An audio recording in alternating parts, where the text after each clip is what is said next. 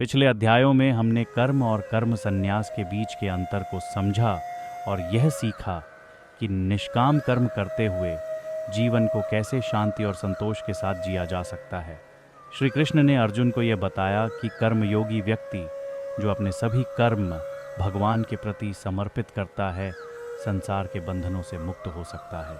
हमने अहंकार का त्याग, समता भाव और कर्म के महत्व को गहराई से समझा।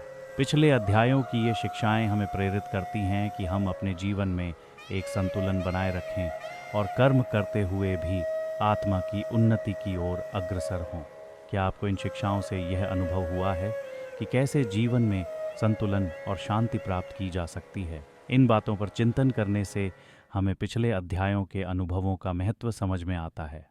ध्यान योग का सारांश। अब हम गीता के 6ठे अध्याय ध्यान योग में प्रवेश करते हैं, जिसमें श्री कृष्ण अर्जुन को ध्यान का महत्व समझाते हैं। ये अध्याय विशेष रूप से ध्यान की साधना पर केंद्रित है, जहाँ श्री कृष्ण ध्यान योग के माध्यम से आत्म साक्षात्कार की प्रक्रिया को बताते हैं। ध्यान का अर्थ है मन को एकाग्र करना और इंद्रियों को संयमित करना। श्री कृष्ण बताते हैं कि ध्यान योग के बिना व्यक्ति के लिए आत्म साक्षात्कार प्राप्त करना अत्यंत कठिन है। ध्यान ही वह साधन है जिससे व्यक्ति अपने मन को नियंत्रित कर सकता है और आत्मा के सत्य को जान सकता है। ध्यान की इस साधना में मन की चंचलता को नियंत्रित करना और उसे एक बिंदु पर केंद्रित करना आवश्यक होता है। श्री कृष्ण ने अर्जुन को यह बताया कि सच्चा योगी वही है जो समता भाव से जीवन जीता है और जिसकी आत्मा ध्यान की साधना में पूरी तरह से स्थिर हो चुकी होती है। ध्यान योगी अपने मन, इंद्रियों और भावनाओं को नियंत्रित कर लेता है और उन्हें केवल आत्म साक्षात्कार की दिशा में केंद्रित करता है। ऐसा योगी संसार में रहकर भी संसार के मोह माया से ऊपर उठ जाता है। ध्यान की प्रक्रिया के बारे में बताते हुए श्री कृष्ण कहते हैं कि योगी को एकांत स्थान पर बैठकर अपने मन को शांत करना चाहिए। उसका मन और बुद्धि एकाग्र होनी चाहिए और उसे केवल आत्मा के सत्य पर ध्यान केंद्रित करना चाहिए।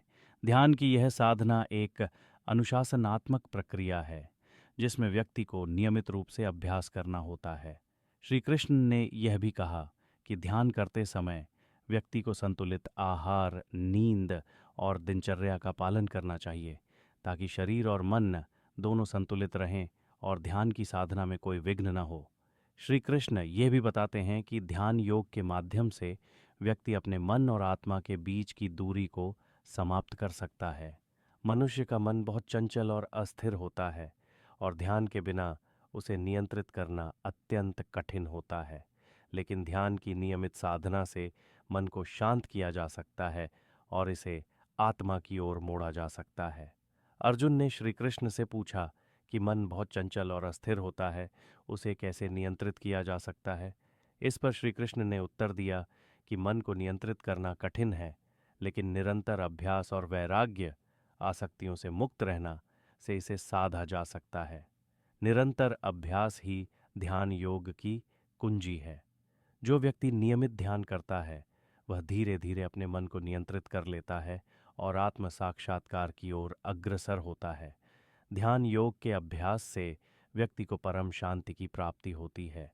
जब व्यक्ति अपने मन और आत्मा के बीच की दूरी को समाप्त कर लेता है, तब उसे आत्मा की सच्चाई का अनुभव होता है। ऐसा व्यक्ति जीवन के हर पहलू में स्थिर और संतुलित रहता है। वह न तो सुख में अधिक आनंदित होता है, न दुख में अधिक दुखी।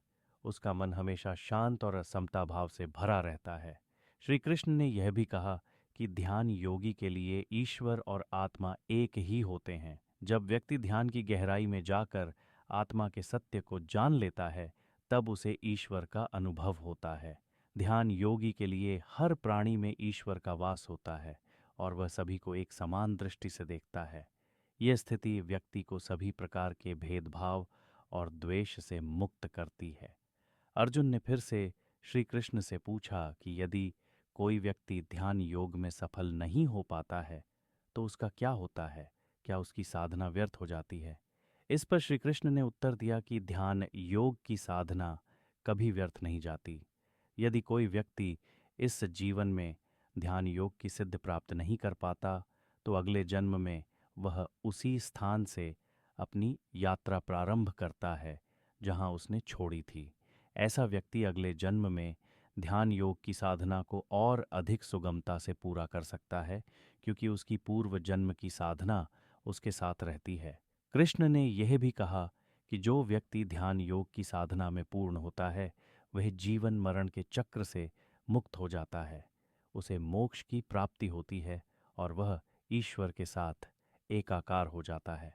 ध्यान योगी के लिए यह मोक्ष ही अंतिम लक्ष्य होता है, जहां उसे संसार के सभी बंधनों से मुक्ति मिलती है और वह परम शांति और आनंद का अनुभव करता है।